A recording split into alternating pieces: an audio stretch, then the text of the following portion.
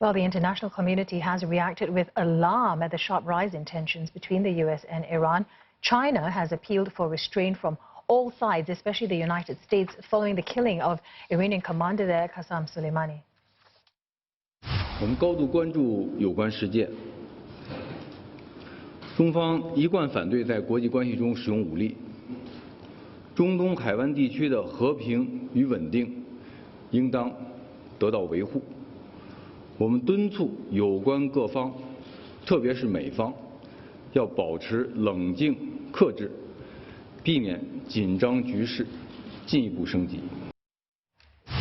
Let's get the European perspective now from Ollie Barrett, who's live in London. Ollie, lots of concern, obviously, in Europe.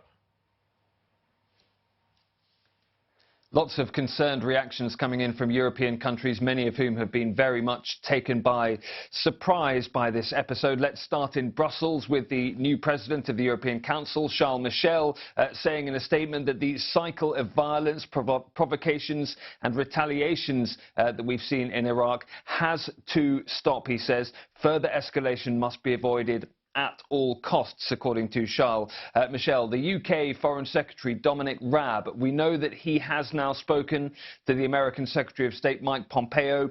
He, in a statement, says that the UK has always recognised the aggressive threat posed by the Iranian Quds force led by Qassem Soleimani. But the UK is saying in the statement that following his death, we urge all parties to de-escalate. Further conflict, says Dominic Raab, is in none of our interests. Now, Moscow, which clearly has key interests in the Middle East and key influence in the Middle East, the Foreign Ministry there saying that this was an attempt by the US to change the balance of power in the region. When it comes to France, we've been hearing from Paris that France says it has been warning for some time about the rising dangers of the US-Iran standoff. D'abord, c'est la suite d'une escalade qui dure depuis des mois. Il se passe ce que l'on craignait, c'est-à-dire, vous voyez, un rapport de force qui s'accroît entre les États-Unis et donc l'Iran. Nous, aujourd'hui, ce matin, la priorité qu'on a, c'est la stabilité de la région. Il faut qu'on crée les conditions de garantir la stabilité de la région.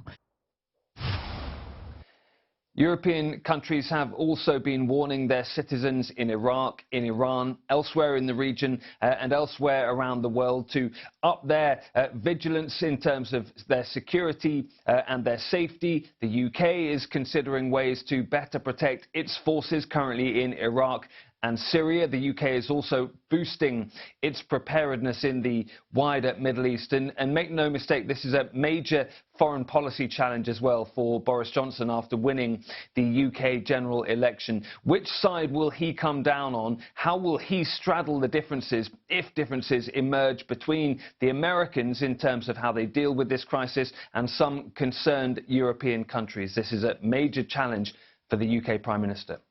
Ollie, even before the killings, European powers, they've been seeking to salvage the Iran nuclear deal.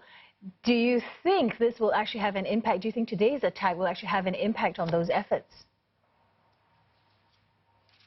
It's certainly not good news for those efforts. The Americans, of course, had pulled out of the Iran nuclear deal. The Europeans were trying to keep it alive, and the prospects were not particularly high before this incident, and they certainly haven't been helped by it. And that's another illustration of the difficulty for the UK now in working out exactly where its foreign policy allegiances and alliances are going to lie as it leaves the European Union. It was already facing difficulty with the Americans pulling out of the Iran nuclear deal and it wanting to try and save it with its European allies. So some really complex foreign policy, geopolitical issues at play here beyond the Middle East as well. Ollie, thanks for that. Ollie Barrett speaking to us from London.